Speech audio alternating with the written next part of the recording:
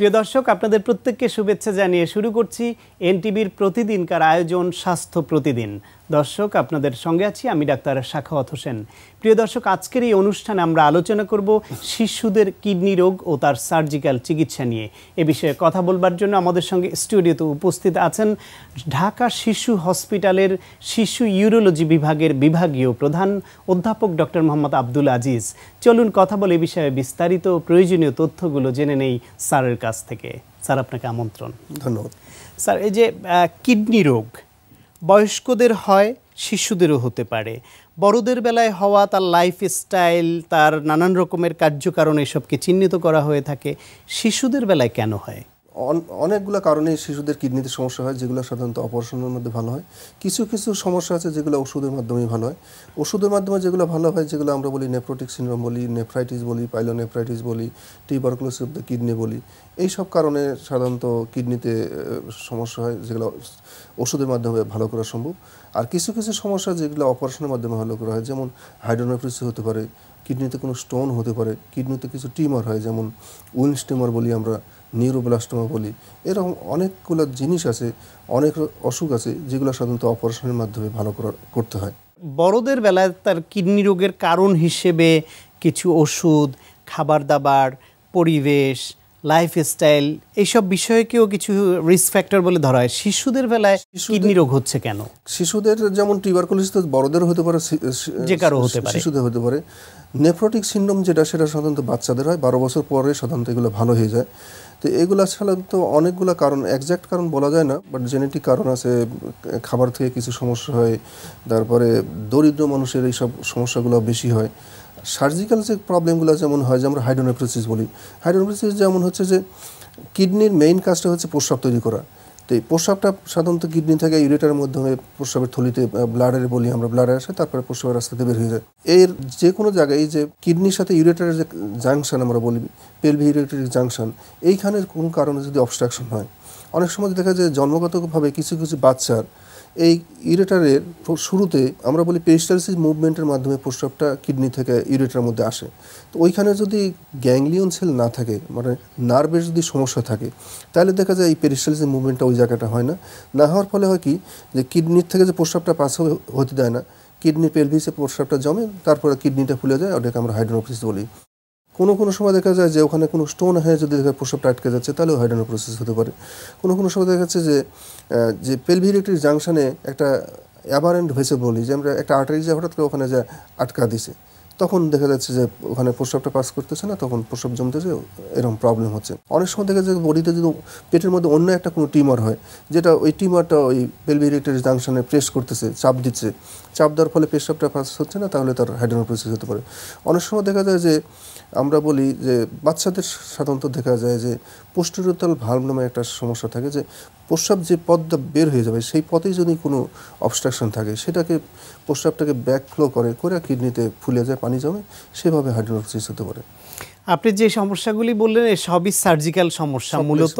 যেহেতু আপনি শিশু সার্জারি বিশেষজ্ঞ, এগুলি আপনার কাছ থেকে আমরা শুনতে চাইবো। কিন্তু এর বাইরেও শিশুদের কনজারভেটিভ ম্যানেজমেন্ট হয় বা নানান কারণেও আরও কিছু সমস্যা হতে পারে, সেই বিষয়ে যদি একটু বলেন, যে অ্যাকিউট রেনাল ফেলিওর বাচ্চাদের বেলায়, ডায়রিয়া বা পানি শূন্যতা জনিত, সেগুলির বিষয়টা কি এবং সেটা কাদের বেশি হয়? এটা বাচ্চাদের ডায়রিয়ার হওয়ার ফলে, অথবা অনেক সময় যদি বমি হয়, অথবা যদি পানি কম খায়, অথবা যদি খুব একটা বাচ্চাকে খুব গরম জায়গায় রাখা হলো, তার খুব সোয়েটিং হচ্ছে, গা ঘেমে যাচ্ছে, তাহলে দেখা যায় পানি শূন্যতা হয়ে যায়।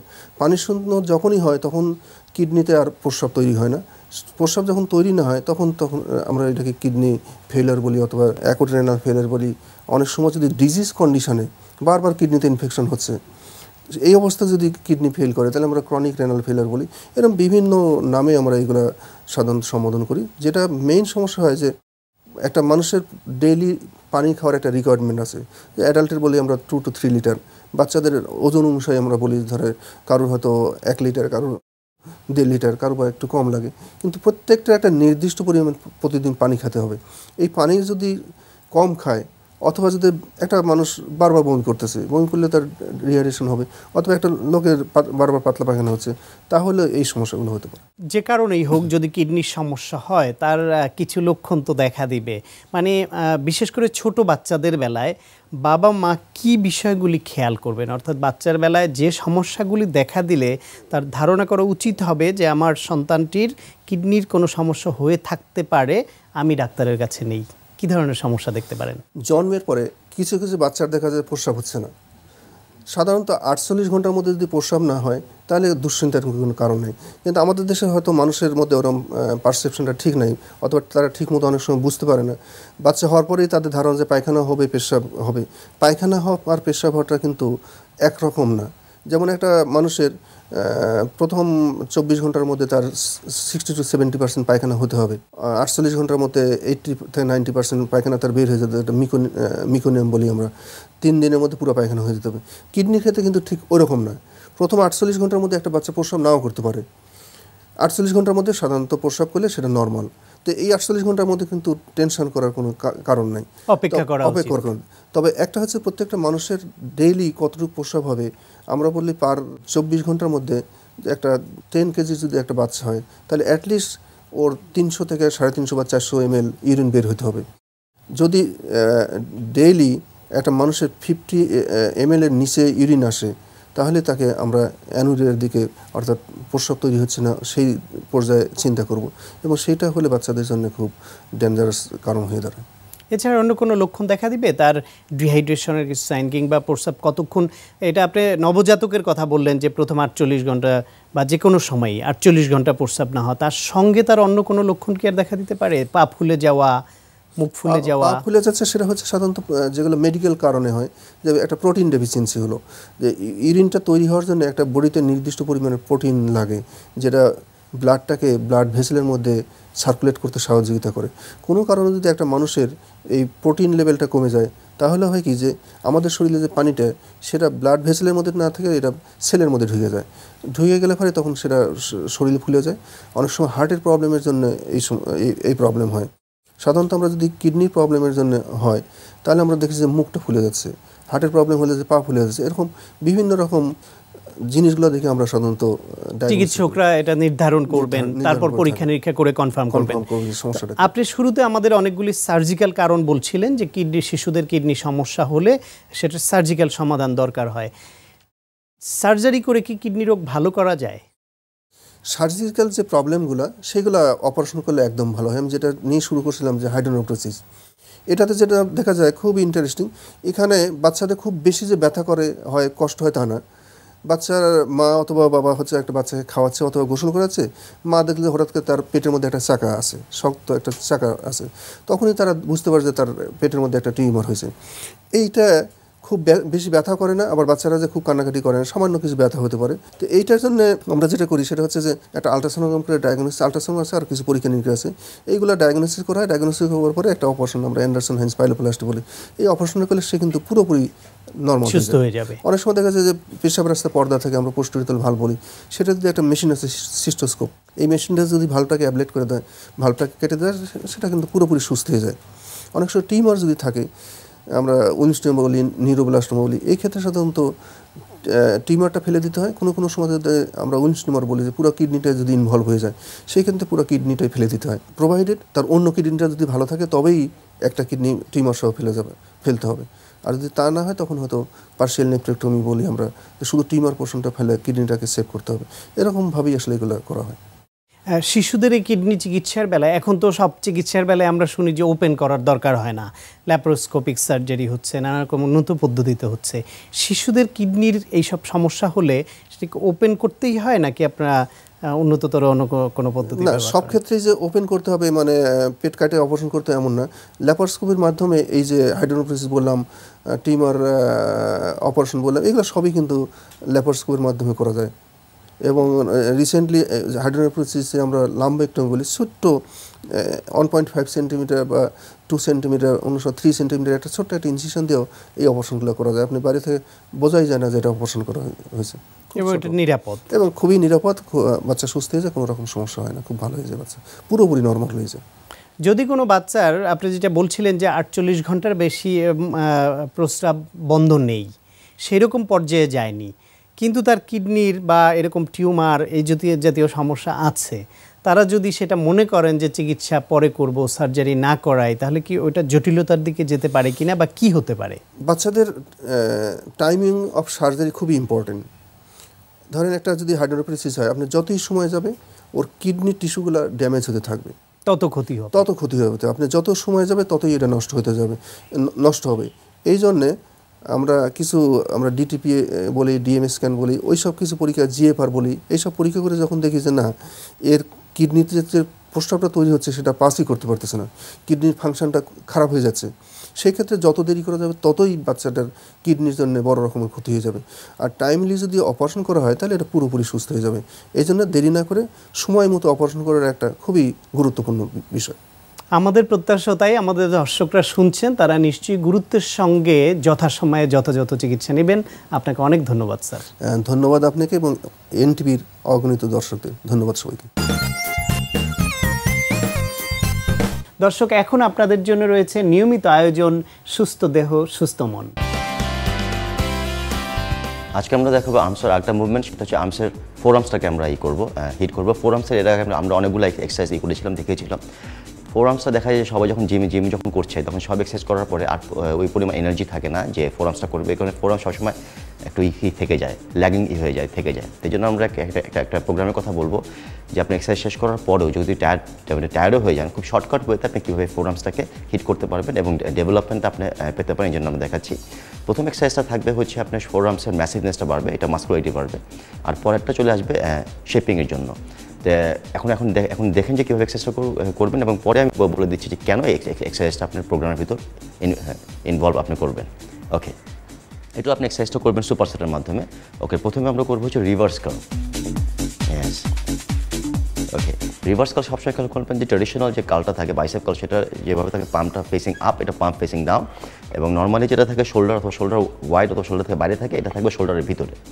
ওকে, এবং খেয়াল করবেন যে ব্রাকালি মাসলটা যখন ফোরামসটাকে ব্রাকালি মাসল যখন বাইসেপে হিট করবে তখনই নেমে যাবে। বেশি উপরে উঠাবেন না, বেশি উপরে উঠালে এটা বাইসেপে গিয়ে লাগবে, ফোরামসে গিয়ে আর লাগবে না। ওকে, এটা যখনই শেষ করবেন, শেষ করার পরপরই আপনি চলে যাবেন ফোরামসের অপোজিং মাসলে।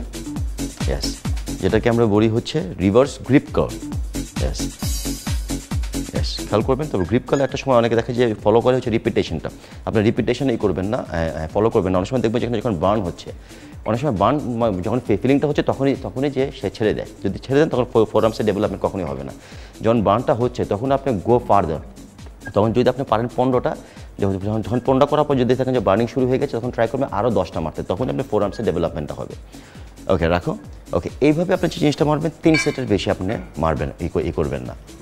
মারবেন না। যদি 3 সেটের বেশি মারেন, ফোরামস কিন্তু আমার একটা মাসল সবসময় এটা কাজ করে, ওভার ট্রেনিং হয়ে যাবে, তখন ফোরামসের ডেভেলপমেন্টটা হবে না। আর এই প্রোগ্রামটা করার এইটা হচ্ছে রিজনটা হচ্ছে আমরা যেটা বলেছিলাম যে রিভার্স কার্ল, এটা আমরা প্রথমে করেছি এই কারণ আপনার যে ফোরামসের যে মাসলটা যে উপরে যে ব্রাকালি মাসলটা থাকে, এটার জন্য নর্মালি যে ট্রেডিশনাল যে মুভমেন্টটা থাকে, সেই মুভমেন্টটা করতে গেলে আপনি বেশি ওয়েট করতে পারবেন না, নিতে পারবেন না। আর যখন মাসলটা টায়ার্ড হয়ে যায় তখন ওই ধরনের মুভমেন্ট করা খুব কমপ্লিকেট হয়ে যায়। এই জন্য আমরা চাচ্ছি যে বেসিক মুভমেন্টে চলে আসতে, যে কার্লটাকে আমরা রিভার্স করে দিলাম। ওতে যে জিনিসটা হবে, আপনার ব্রাকালি মাসলটা ডেভেলপ হয়ে যাবে। এরপরে যখন আপনি রিভার্স গ্রিপ কার্লটা মারবেন, তখন আপনার ফোরামসের শেপিং অথবা মাসকুলারিটির জন্য যে ফোরামসের যে অপোজিং মাসলটা থাকে, ভিতরের সাইডে যে মাসল থাকে সেই সাইডটা ডেভেলপ হয়ে যায়। এবং দুইটা মাসল যদি ডেভেলপ হয়ে যায়, তাহলে আপনার ফোরামসের অ্যাস্থেটিক পারপাসটা আপনার পূরণ হয়ে যাবে। প্রিয় দর্শক, মাথা আছে কিন্তু ব্যথা হয়নি এমন মানুষ খুঁজে পাওয়া যাবে না। কিন্তু মাথা ব্যথা হলে চিকিৎসকের কাছে যাওয়ার আগেও আমাদের কিছু করণীয় থাকে। চলুন আমরা একজন চিকিৎসকের কাছ থেকে শুনি মাথা ব্যথা হলে কি করণীয়, সে নিয়ে আমাদের আজকের প্রাইমারি কেয়ার। মাথা ব্যথা হয়নি অথবা মাথা ব্যথা নেই এমন লোক খুঁজে পাওয়া ভার। মাথা থাকলে ব্যথা হবেই। তো মাথা ব্যথা হলে আমরা কি করতে পারি? এক্ষেত্রে বিভিন্ন কারণে মাথা ব্যথা হয়ে থাকে, যেমন টেনশন, হেডেক, চক্ষুজনিত কারণে, ব্লাড প্রেশার বেড়ে যাবে এই কারণে মাথা ব্যথা হতে পারে, অথবা আমরা অনেক সময় দেখি মাইগ্রেনের সমস্যার জন্য মাথা ব্যথা হয়। মাথা ব্যথার অনেক কারণ আছে, তবে কোনো কারণকেই অবহেলা করা যাবে না। অবশ্যই কারণটি খুঁজতে হবে। তার আগে আমরা যেটা করতে পারি, আমরা অবশ্যই মাথা ব্যথার জন্য একটি ব্যথানাশক ওষুধ খেতে পারি, কিন্তু এক্ষেত্রে অবশ্যই বুঝতে হবে যে অন্য কোনো অর্গানের বা অন্য কোনো অঙ্গের কোনো রকমের অসুস্থতা আছে কিনা, বা কোনো রকমের বাধ্যবাধকতা আছে কিনা ডাক্তার কর্তৃক, সেক্ষেত্রে অবশ্যই এ ধরনের ওষুধ খেতেও কিছুটা নিষেধাজ্ঞা আছে। আমরা তখন প্যারাসিটামল জাতীয় কোনো একটি ওষুধের কথা বলে থাকি। এ ধরনের ওষুধ খেতে পারেন, অথবা আপনার যে কারণে মাথা ব্যথা হচ্ছে সেটি কিন্তু প্রশমনের জন্য আমরা অবশ্যই চিকিৎসকের পরামর্শ নেব। প্রিয় দর্শক, এখন আপনাদের জন্য রয়েছে স্বাস্থ্য প্রতিদিন আজকের হেলথ টিপস।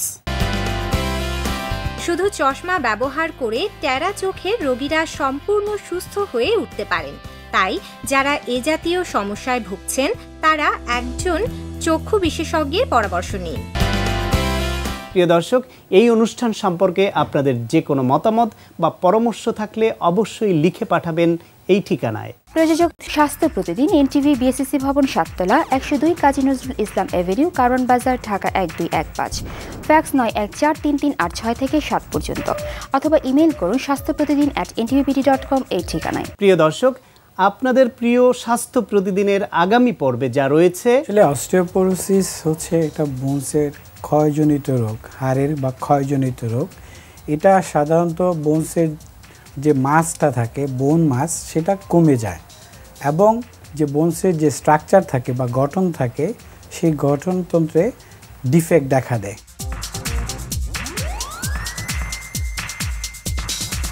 প্রিয় দর্শক, বিশ্বের যে কোনো প্রান্ত থেকে যে কোনো সময় এনটিভিতে সম্প্রচারিত সংবাদ ও অন্যান্য সকল অনুষ্ঠান উপভোগের জন্য ভিজিট করুন আমাদের পূর্ণাঙ্গ ওয়েব পোর্টাল www.ntvbd.com।